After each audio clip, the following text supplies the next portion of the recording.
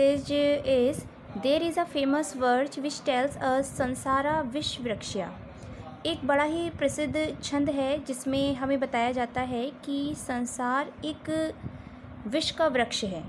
In this imperfect world संसारा there are two fruitful of inimitable quality। इस अपूर्ण संसार में दो ऐसी फल देने वाली चीज़ें हैं जो अपने आप में ही अनलिमिटेड हैं। अनलिमिटेड इसलिए क्योंकि उनके थ्रू जो रिज़ल्ट हमें मिल रहा है वो कहीं पर भी रुकता नहीं है। These are the study of our great classics and communion with great minds.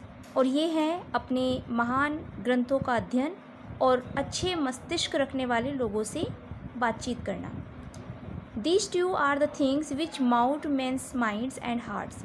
ये दो चीज़ें हैं जो व्यक्ति के मस्तिष्क और हृदय को बदल देते हैं। That means give a new shape, एक नया आकार दे देते हैं। I am एनेक्सियस that our great classics should be studied. मैं इस बात के लिए बहुत ही ज़्यादा उत्सुक हूँ कि हमारे जो महान ग्रंथ हैं उनका अध्ययन किया जाना चाहिए। The classics of all countries of which we are the inheritors.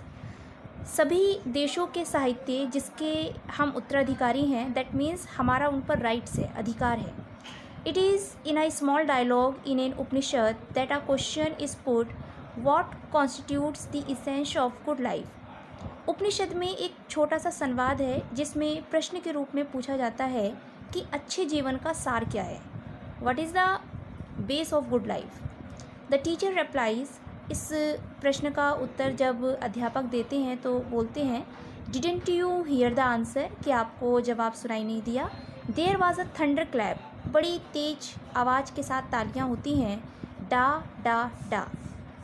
Immediately the teacher explained that these were the essence of good life. तुरंत अध्यापक इस बात को बताते हैं कि अच्छे जीवन का सार इसी में है। फॉर एग्ज़ाम्पल, दम, दान एंड दया।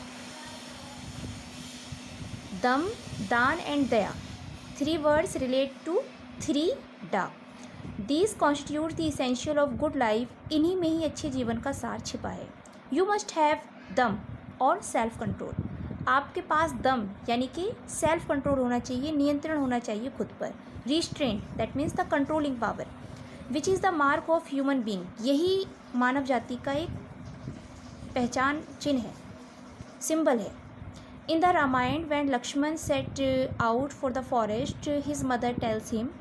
रामायण में जब लक्ष्मण जंगल की तरफ जाते हैं तो उनकी माँ उनसे कहती हैं, look upon Rama as your father Dasharath, look your Sita as myself as your mother, look upon the forest as Ayodhya, go my dear.